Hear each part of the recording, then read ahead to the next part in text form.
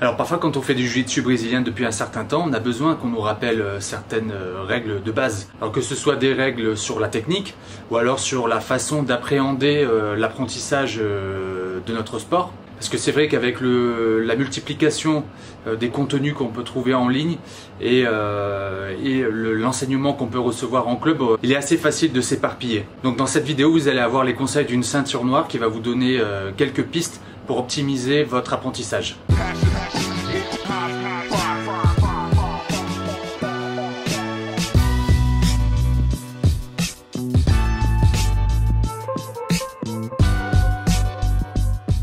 Salut, c'est Florian du blog jujitsuattitude.fr. Alors aujourd'hui, je lance officiellement la série Dans la tête d'une black belt avec le premier épisode avec une petite interview de Saïf Toumi qui est le coach principal au Coaching Lab à Nice et qui a eu la gentillesse de m'accueillir il y a quelques jours au sein de son club pour un entraînement et un petit entretien. Donc je vous laisse regarder la vidéo et on se retrouve tout de suite après.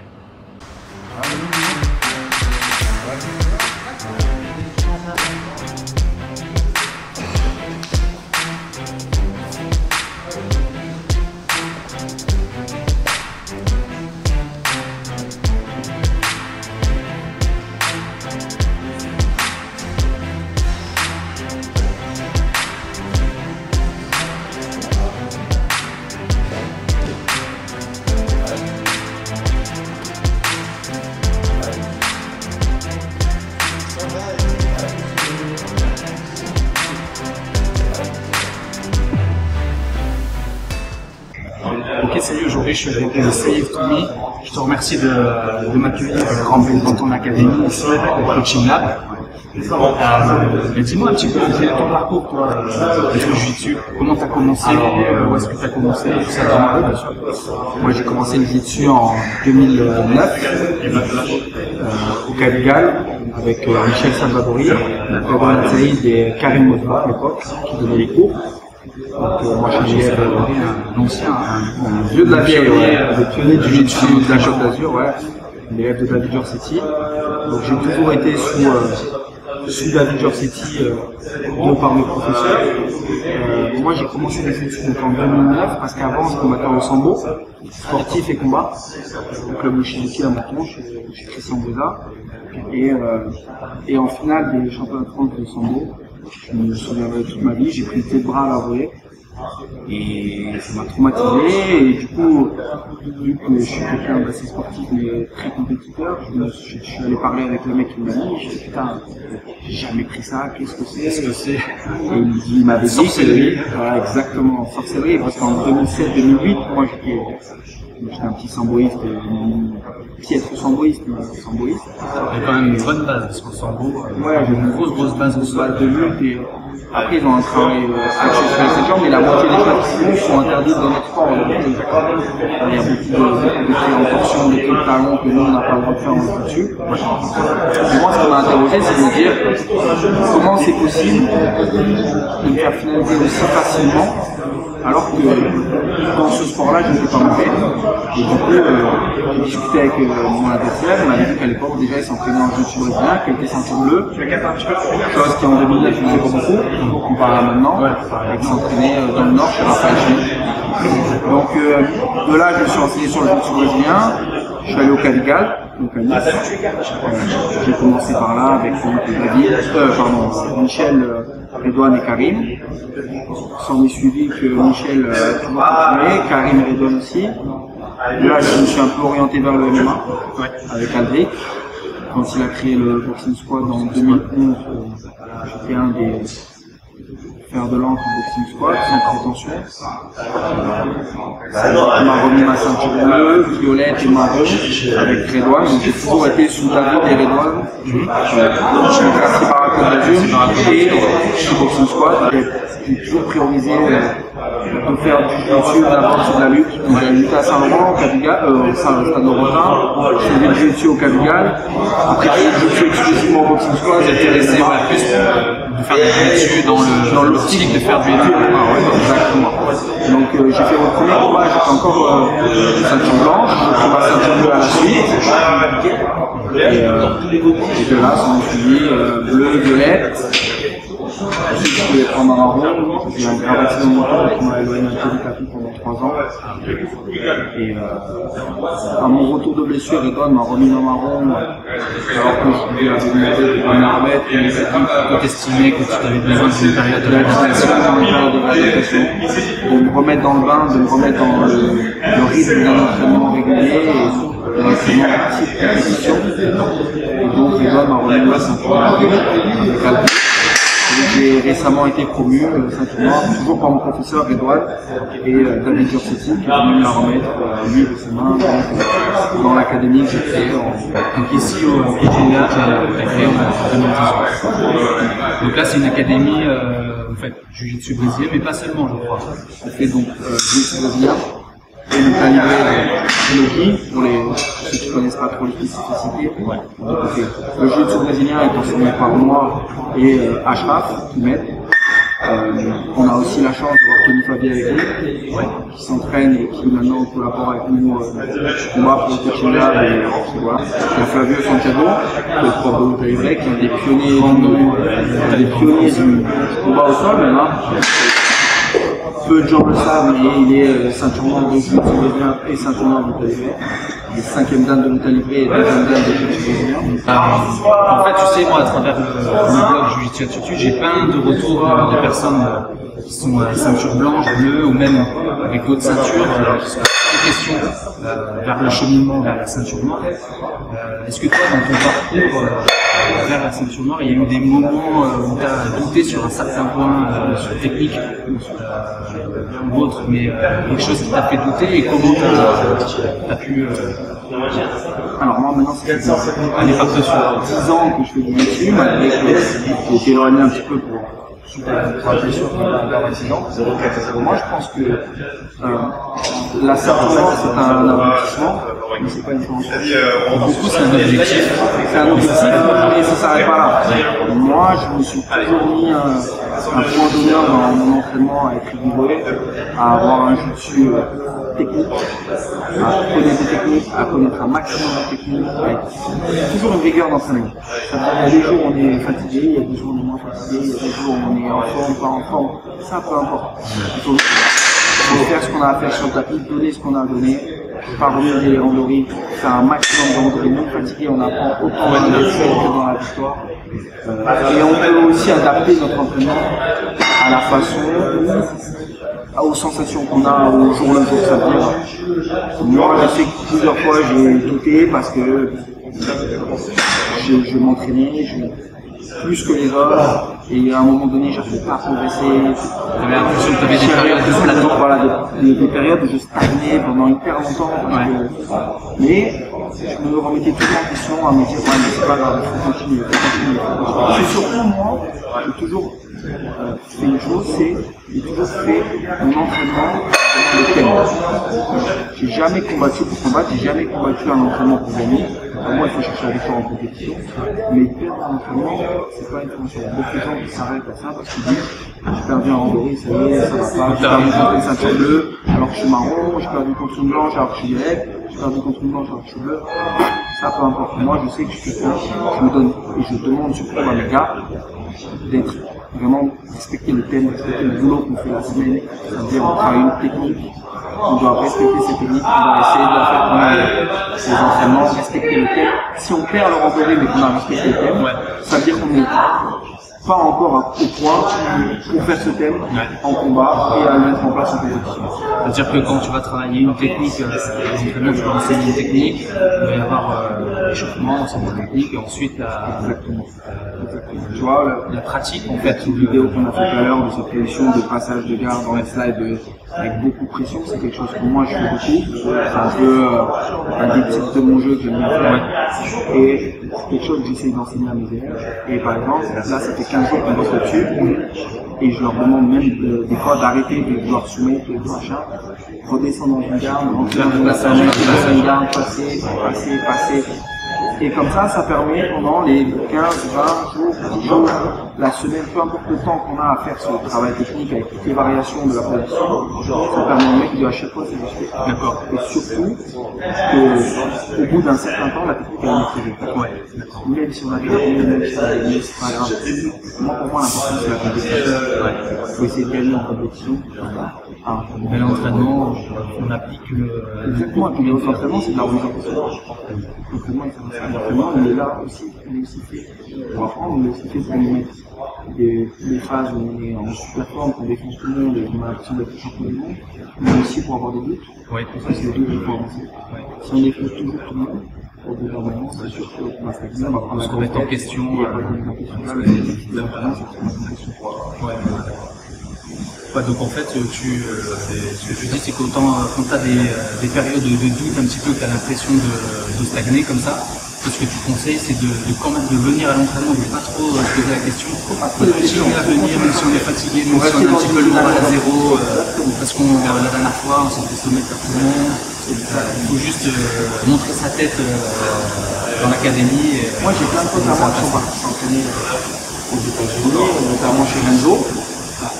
Donc là où John leur donne des cours, il y a Mickey Ryan, il y a Gary Coleman. C'est des mecs qui n'ont pas de honte à pas l'entraînement. C'est des mecs on leur donne un thème à faire, ils font le thème, ils respectent le thème. Si on tape à l'entraînement, c'est pas ça. Après, c'est toujours la question de l'ego. Exactement. Et ça, c'est valable dans tous les sports de combat, dans tous les sports en général. Et encore plus dans notre sport.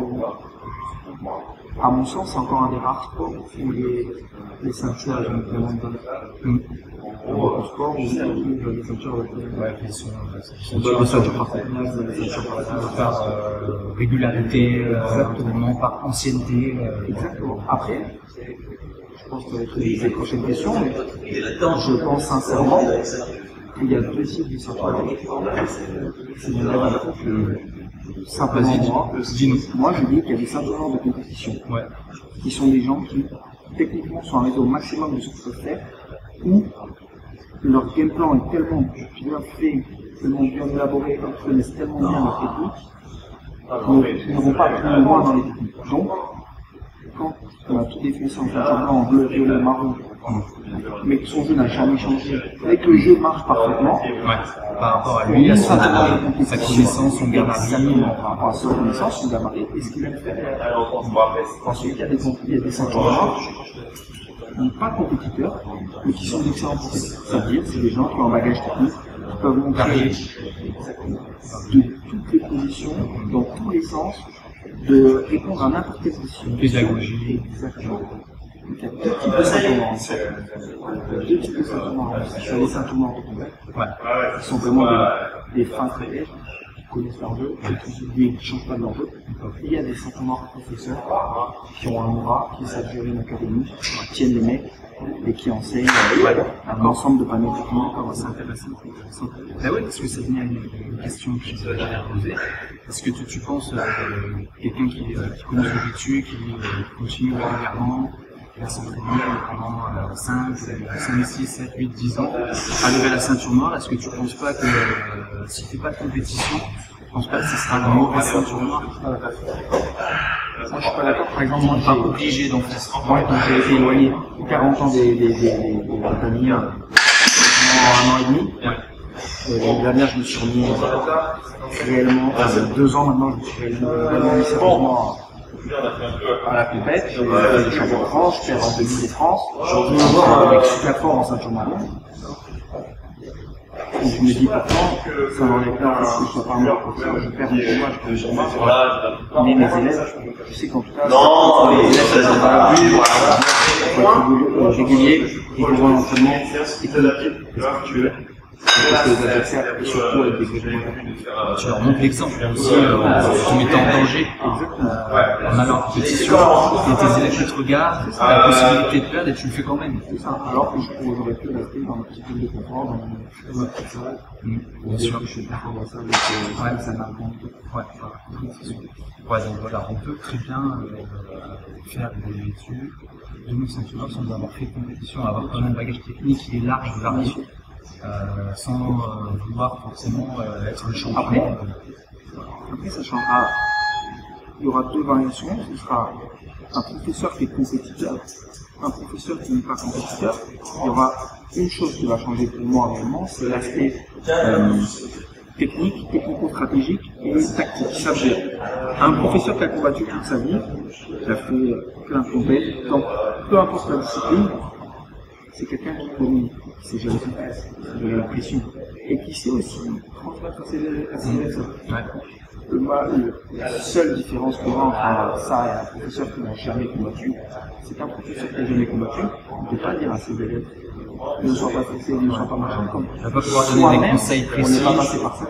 Sur la gestion stratégique du stress. Un prof qui n'a jamais combattu n'est pas un mauvais prof. Et un prof qui combat n'est pas forcément. Un ceinture qui combat et qui gagne tout n'est pas forcément un bon prof. Parce qu'il y a des gens qui sont monotactiques, monogames, qui font qu'une chose parfaitement, parce que tout le monde sait. Est-ce qu'il faut savoir faire une chose parfaitement pour combattre tout le monde? Ça marche, c'est certain. Mais le jour où ça marche plus, la remise en question, on va dire bien sûr, il faut avoir le jeu le plus varié. Surtout qu'on enseigne, bien sûr. Nous, on a le jeu qui nous correspond. Chaque académie a la mais ça ne va pas correspondre à tous les élèves et chaque académie a la fondation professionnelle. Par exemple, moi je donne un exemple. Pourquoi avec Flavio et Ashraf, notre trio, parce que c'est nous principalement qui donnons les cours, même si à Tony, c'est nous qui depuis maintenant 1 an et demi chez nous la salle, est complémentaire, parce qu'on a 3 styles complètement différents, mais en même temps complètement complémentaires. Ouais, d'accord. Ça veut dire, moi, j'ai plutôt une base de lutteur, je scramble beaucoup, je me relève beaucoup, j'aime pas trop être dos au sol. Je crois que c'est un gros guardero, il a une bonne garde, il a bien la cheville. Le maître, c'est quel cheville? Le maître, je sais pas, il est très fort sur la cheville. Voilà. Et, Flavio, il a un style qui est vraiment, il sait tout faire. C'est un passeur, c'est un gardeur, il sait lutter, il sait tirer la garde, il est très aérien. On l'a vu au Naga à Monaco, il a mis le bras à la volée en 15 secondes. Le combat d'après, il s'enlève à la volée en 1 minute. Voilà. C'est complémentaire.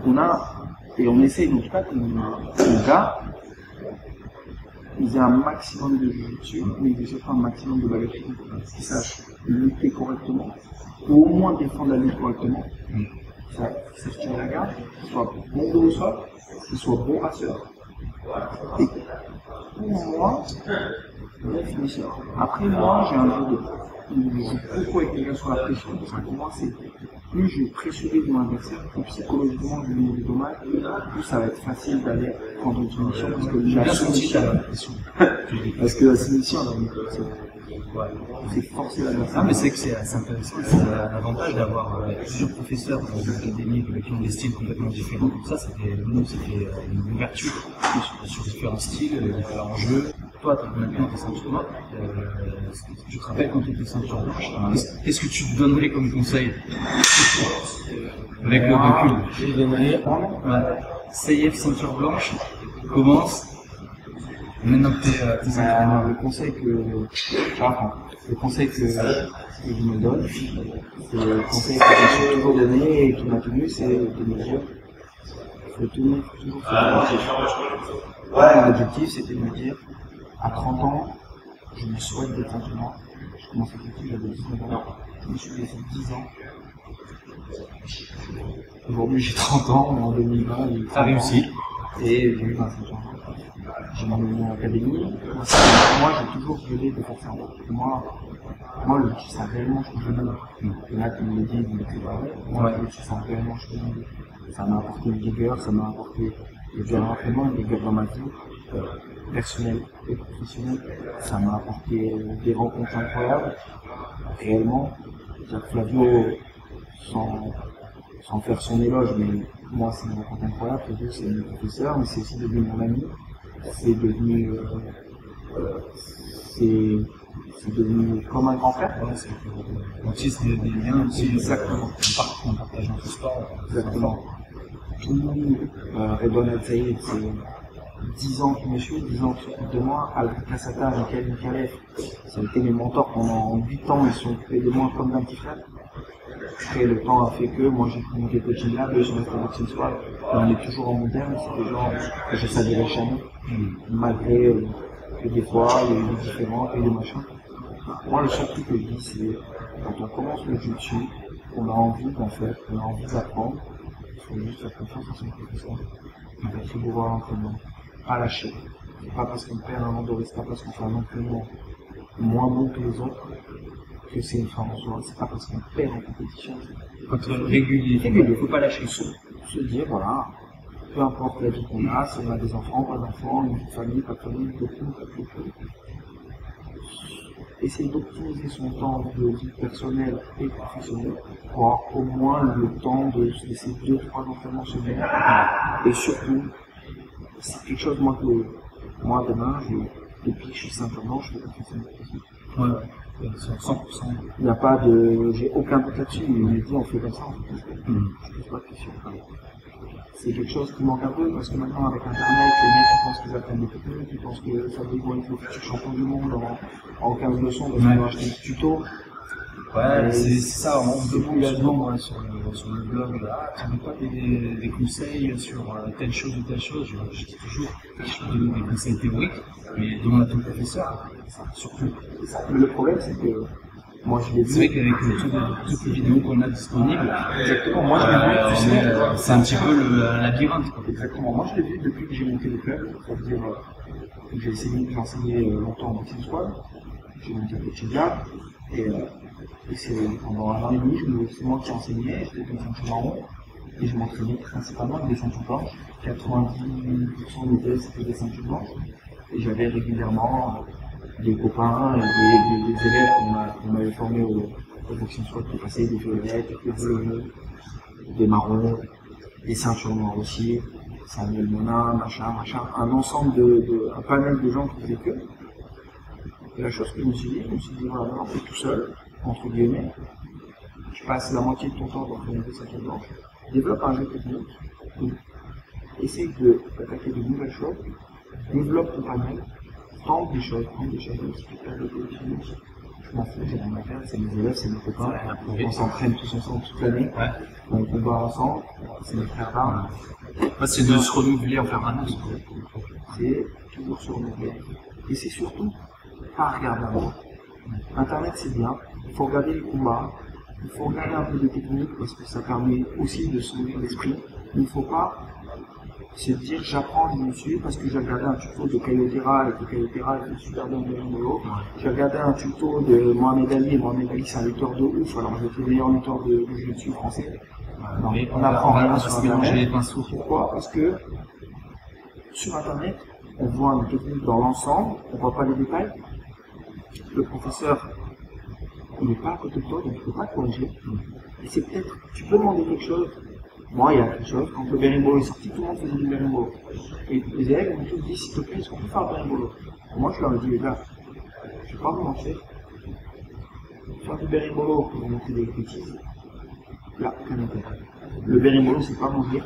En ceinture blanche, on peut faire un berimbolo, c'est exactement. Il y a déjà beaucoup de choses à faire. Raphaël Mendes prend le dos de tout le monde. Guillermo Mendes, il a pris le dos de tout le monde. Kayotera, il a pris le dos de tout le monde. Micheli, il a pris le dos de tout le monde. Le Zino, il a pris le dos de tout le monde. Mais, si on regarde les statistiques réelles, le berimbolo, sur le nombre et sur le panel technique qu'il y a dessus, c'est un des sports les plus riches techniquement. Alors qu'il y a encore 5% des attaques.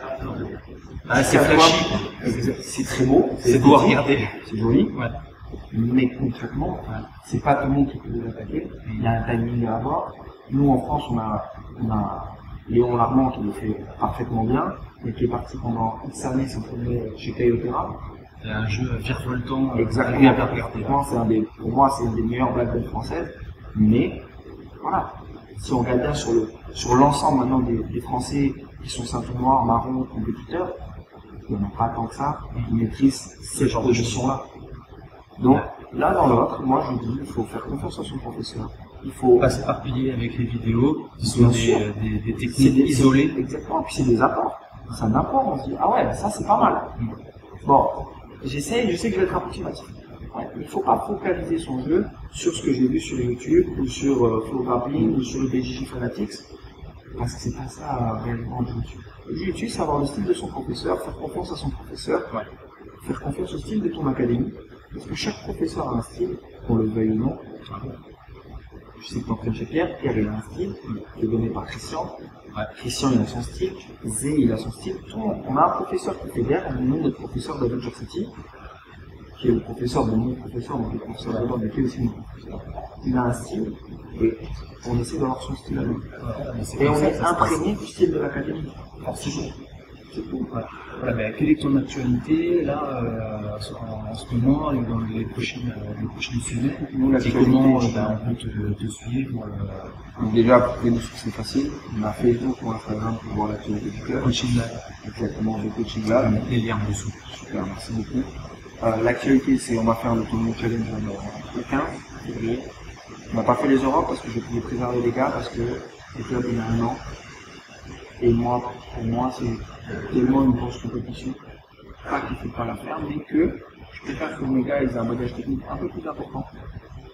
Parce que s'ils peuvent au tour, j'ai pas envie de débuter. Faire le voyage, dépenser de l'argent, engendrer des frais, certains engendrer des disputes dans les couples. C'est toujours négocié. Exactement. Donc on a décidé de faire ça. Donc là on s'est focalisé encore cette année sur du national et de l'international, donc très léger à côté de chez nous. Surtout que le nombre de compétitions se développe énormément. Donc là ils vont nous faire le 15 février, on fait le Torino Challenge. Par la suite, il devait y avoir l'Open de Toulon qui a été annulé. Il y en a quelques-uns qui vont partir à Rome pour le AJF, Ligue Europe. Le même week-end, il y a Londres ou BJF. On a 2 mecs qui combattent. Ensuite, il y a Monaco. Et la plus grosse, importante pour nous, la plus grosse échéance, c'est de faire le championnat de France à la fin de l'année. On a la chance d'avoir 14 mecs qui sont qualifiés cette année. Ouais. 14 ceintures blanches bleues qui sont qualifiées. Donc, on va monter une grosse équipe. J'ai 15 enfants avec moi qui montent. Ouais, super. On va monter à 35 combattants. Et ça va être pas mal, la grosse équipe. C'est bien. On va essayer de représenter le Sud voilà. En tout cas, merci de m'avoir accueilli ici. Merci beaucoup. Si vous les gars, vous venez dans la région, vous pouvez venir au coaching lab. Vous êtes bien accueillis. Super bien accueillis, moi-même aussi. Et je vous conseille de contacter CLF avec grand plaisir sur les réseaux sociaux ou autres. Je mettrai tout ce qu'il faut en dessous. Merci beaucoup. Merci à toi. Alors vous avez vu que voilà, cette interview était intéressante parce qu'il a eu un parcours un petit peu atypique. Il n'a pas commencé le jiu-jitsu pour faire du jiu-jitsu. C'était plutôt dans l'optique de progresser et d'élargir sa technique dans le cadre du MMA. Mais pris de passion, il a par la suite, donc, comme vous l'avez vu, créé son propre club de jiu-jitsu brésilien. Donc les 2 grands conseils qu'on peut retirer de cette interview, c'est faites confiance à votre entraîneur. Les randonnées qui suivent un entraînement technique doivent être constituées en fait de travail sur la technique apprise dans le cours et de ne pas partir dans un randori où on va travailler sur complètement autre chose. Alors je sais que c'est très difficile à faire, j'ai même beaucoup de mal avec ce point, mais c'est quelque chose sur lesquels il faut travailler si on a envie de progresser techniquement et efficacement. Donc c'est après avoir travaillé la technique, de profiter des randonnées qui suivent l'entraînement pour pratiquer cette technique. Et comme l'a dit Saïef dans l'interview, si cette technique ne passe pas dans le randori, c'est qu'on n'est pas encore tout à fait prêt à la passer en combat. Et ensuite, le deuxième conseil qu'on peut en tirer, c'est d'une manière un peu plus globale, c'est de se fixer des petits objectifs à court terme, à moyen terme et à long terme.